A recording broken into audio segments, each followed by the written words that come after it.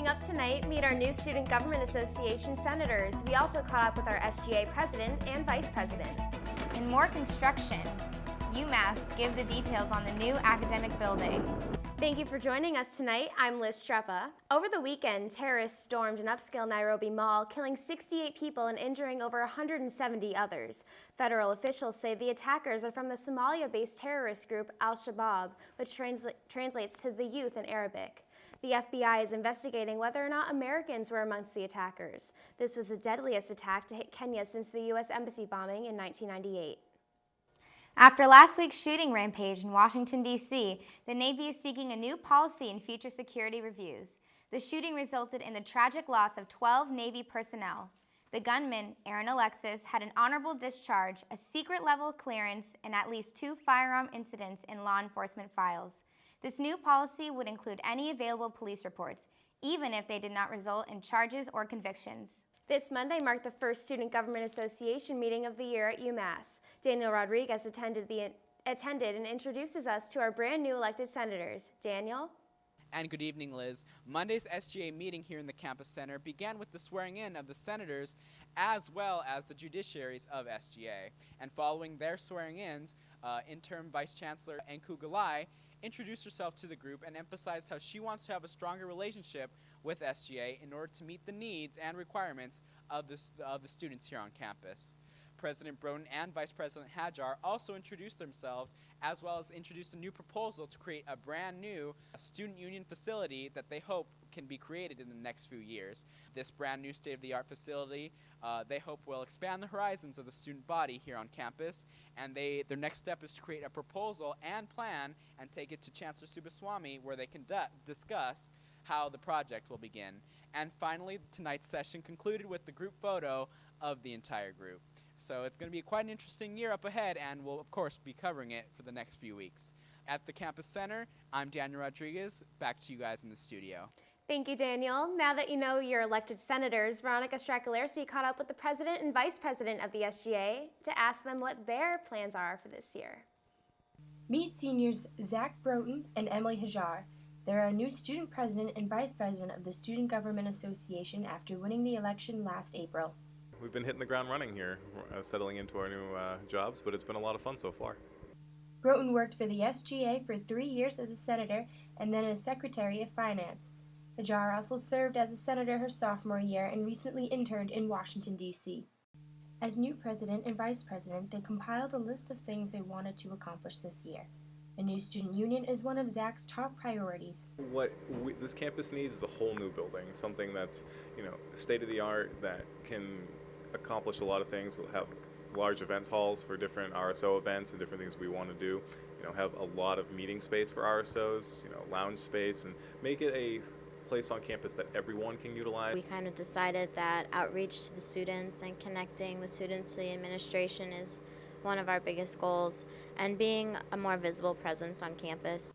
Emily and Zach hope to expand student businesses and lift the ban on alcohol at student events. But how does this year's cabinet differ from last year's cabinet? This year's cabinet will be an actual team. Last year's was a little more individually focused, which is fine, but I think this year it'll be more beneficial to the student government and the students as a whole, with all of us kind of working together on the same page. For UMass This Week, I'm Veronica Strakolersi. Curious about the new Commonwealth Honors dorms? We'll give you the grand tour coming up. The Campus Center Hotel is offering a new fine dining option. Hospitality and tour management majors will be serving what they call meals at the Marriott. Lunches start at $10 per person and are served from 10:45 to 12:30 p.m.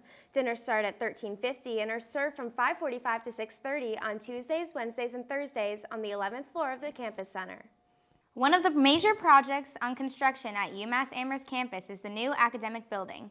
It's located next to Hasbrook on North Pleasant Street. Caitlin Boyer has more on when construction will be finished and the cost of its building. Caitlin? Thank you, Shannon.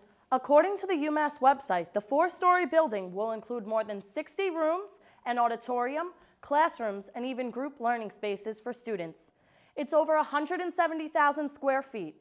The building will be the new home of the Communications, Journalism, Media, Film Studies, and Linguistics departments. Also included, a broadcasting and production studio, along with editing rooms and other labs. This structure has also a sustainable approach to it. It will include a green roof for growing plants, natural ventilation, and water conservation. Construction for this project began in March 2012 and is to be completed by the middle of 2014. Its estimated cost is $93.25 million. Reporting for UMass This Week, I'm Caitlin Boyer. Back to you, Shannon. Thank you, Caitlin.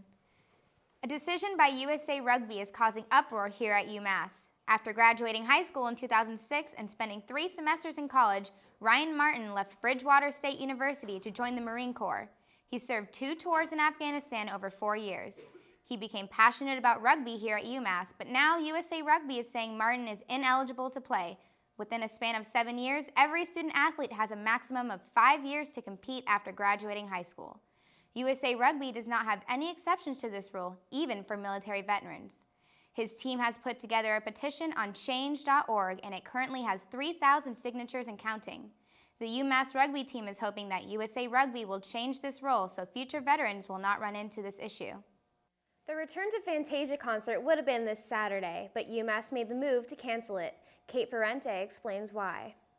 The drug MDMA, better known as ecstasy or Molly, has been the cause of death for many college students across the United States.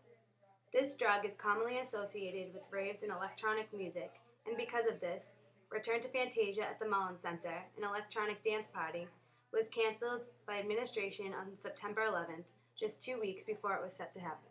Students were upset that the Return to Fantasia electronic dance party was canceled, and were unsure if Molly was that big of an issue on the UMass campus. Just canceling one show isn't going to decrease the amount of Molly on campus. It's just going to push it into, house parties and stuff like that. I kind of agree with it just because, Molly's been a big deal in the past with people overdosing on it and dealing with suffering from it with consequences and stuff. SGA President Zach Broughton also agreed that canceling the concert was unnecessary, as he felt students would use Molly whether there was a concert or not. I was a little bit upset because part of me thinks that, it's our responsibility to educate students on, the effects of anything, whether it's Molly, alcohol, and things like that. And, students are adults that come here, and it's up to them. We give them the information we can and let them make the decision. After talking to Vice Chancellor Interim and Kukulai, administration has agreed to include students in the decision-making process of any future cancellations at the Mullins Center. When asking SGA President Zach Broughton if students were involved in the decision-making process, he said that they weren't notified of the decision this time, but in the future, they hope to be included. After the decision was made, I reached out to both, and Kukulai really, and I said that, we would like to be included. We are the students' representatives, and a decision like this should not be made when it affects most of the students on campus without our input. Thanks, Kate. A UMass professor's study proves that parents are actually right. Research psychologist Rebecca Spencer found that having a preschooler nap during the day enhances their learning, and not to mention makes their little ones a little less cranky. UMass researchers studied 40 children ages 3 to 5, and their study proved that naps are important for toddlers. With a population of 35,000, the UMass Amherst campus is a small city in itself. And as in any small city, problems happen.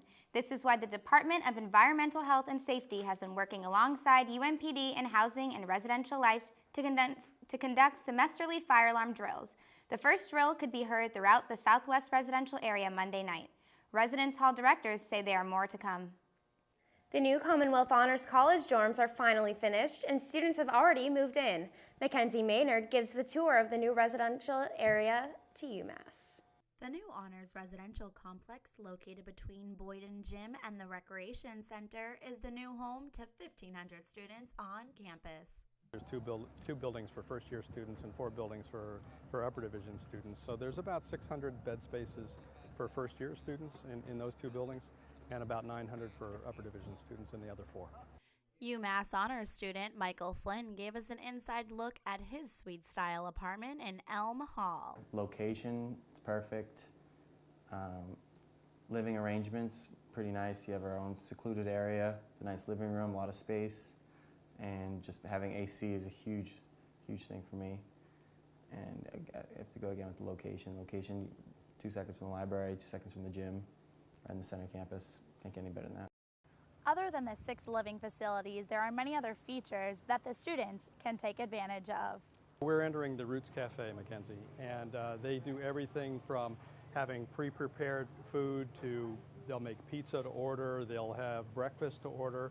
And one of the unique things about this project is that this is going to be open 24 hours a day, 7 days a week. At nearly 500,000 square feet, the complex is the campus's largest construction project yet. The estimated cost was initially projected at $186.5 million, and as of this fall, the project estimate is now $200 million. Mackenzie Maynard, UMass This Week. Coming up tonight, the town of Amherst is being put on the spotlight. We'll tell you about the new show it's featured on. And the new iOS is out for iPhones. See what students are saying about it.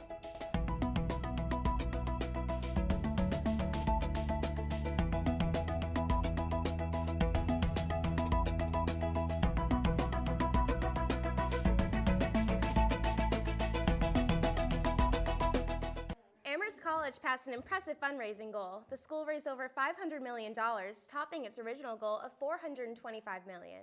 The fundraiser was set up in 2008 to ensure Amherst's financial aid packages. Because of it, faculty research would be able to continue despite the recession. Congratulations, Amherst. Domestic violence is the most prominent cause of injury to women between the ages of 14 to 33. Every 9 seconds, a woman in the United States is beaten.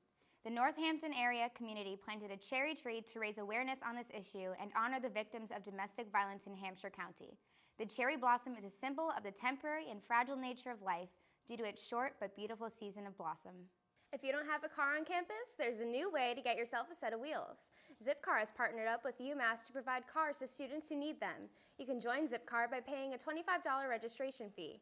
The 6 Zipcars on campus are available at rates of $7.50 per hour or $69 a day, which includes gas and insurance. The cars are located in campus lots near Central, Northeast, and Southwest residential areas and are available to use 24 hours a day, 7 days a week. As you may or may not know, September is Campus Safety Month. Nikki Anderson has more. Thanks, Shannon. Although safety is emphasized in September, it's really an issue all year round. Student safety is a growing concern on campus for both students and police. Students are now getting settled into their dorms, but with the large number of students on campus comes an increase in crime and misconduct. Campus police want to make sure students feel safe all year round. So this year, the Office of Residential Life has been working with UMPD to ensure that students feel comfortable on campus. A new program started last spring had UMPD officers go to each dorm to work with students. The hope was the officers would form relationships with the students, making them feel more open to the police on campus. They would focus on educating students on campus safety and also work with RAs and RDs throughout the year. Students are encouraged to report any suspicious activity and are advised to take a more active role in keeping the campus safe from crime. Resources such as the Walking Escort Service or the Blue Help phones could be used by students walking alone, but it is recommended by UMPD to never walk alone and always make plans before going out. Back to you. Thanks, Nikki. You may have seen Sobrio employees on campus at your local bars and in the past couple weeks, but they are here to stay. Sobrio is a program that makes it easy to get a ride from a designated driver at your school. Just enter location, pickup time, and number of passengers. And all you have to do to get this service is download the app on your phone. Students, faculty, and police alike are excited to see this new initiative go and to keep drunk drivers off the roads. The reviews are in. Apple's newest iPhones have received some positive praise over the weekend. The iPhone 5S and 5C hit the shelves this past Friday, not surprisingly selling out in most major U.S. cities, with phones on backorder until early October. The new iOS 7 technology was a hit amongst reviewers, who also admired the new phone's sleek design. All in all, reviewers gave the phone a thumbs up for consumers. The Emmys were the past weekend. In case you missed them, Natalie Skubileski and Nikki Anderson can fill you in on all the news segment of Mass Entertainment. Hello and welcome to a special Emmy edition of Mass Entertainment. This past Sunday marked the 65th Annual Emmy Awards. Neil Patrick Harris hosted the star-studded event as he brought on a few laughs with the night's opening monologue as former Emmy hosts Jimmy Kimmel, Jane Lynch, Jimmy Fallon, and Conan O'Brien interrupted Harris's speech. The show's opener ended as SNL alumni Tina Fey and Amy Poehler gave Harris some hilarious final advice on hosting the award show. The two comedians stumbled to the stage, mimicking Jennifer Lawrence's Oscar tumble. Emmy wins and losses have been buzzing around this week. People are in upsets and others are jumping for joy that their favorite TV show won an award. Breaking Bad star Anna Gunn won Best Supporting Actress in a Drama Series, and a well-deserved win at that. Breaking Bad also won the award for Best Drama Series, along with Modern Family winning Best Comedy Series. Modern Family's director, Gail Mancuso, won Best Director for a Comedy Series. Don't miss Breaking Bad on AMC Sunday nights at 9 and Modern Family's 1-hour season premiere tonight at 9. See what all the hype's about. Every award show is known for its outlandish yet memorable performances. This year's Emmys featured a dance performance that would make Fred and Ginger proud. The second dance number of the show was choreographed by the nominated choreographers. The number paid tribute to shows like Mad Men, Game of Thrones, The Big Bang Theory, and even interpretive dance from Breaking Bad. Emmy fashion is always a huge deal. Modern Family actress Sofia Vergara was dressed to impress on the red carpet wearing a beautiful long red Vera Wang dress. She was also wearing about $7 million worth of bling from jewelry designer Lorraine Schwartz. And talk about bargain shopping. Instead of spending thousands of dollars on a dress, comedian Sarah Silverman revealed to Ryan Seacrest that she only paid $60 for her knee-length black dress. On a sour note, former American Idol judge Paula Abdul showed up wearing a long tan turtleneck dress. Somebody should have voted on that dress and saved the star from a huge fashion no-no. Holy nerds! Comedian Tina Fey looked stunning in her royal blue Narcisco Rodriguez gown that had a sweep train. The gown made Fey look incredible. Talk about a big bang. The Big Bang Theory's Kaylee Cuoco wore a stunning deep red Vera Wang gown and matching bangles and clutch. Cuoco was spotted with her tennis boyfriend Ryan Sweeting in tow at the red carpet. Finally, we're simply just mad over Mad Men's Elizabeth Moss and her black and white dress. Moss added her own chic twist to the classy dress by rocking red lipstick and an edgy pixie cut. Well, that about wraps it up for this week's episode of Mass Entertainment. Be sure to catch another exciting episode next week. I'm Natalie Sobleski. And I'm Julia Economo. Amherst residents have something to smile about. The town is being featured on a new show called Amherst Live, which will air on WGBY TV, Channel 57. The WGBY crew was on set at the Eric Carle Museum this past Thursday night as a live audience participated in the show's 2-hour taping. And we'll keep you posted on Amherst Live's premiere, which is expected to be announced in the upcoming weeks. That's all for UMass this week. Thanks for tuning in. I'm Liz Strzepa. And I'm Shannon Barrett. Don't forget to follow us on Twitter and like us on Facebook. Until next week, have a good night.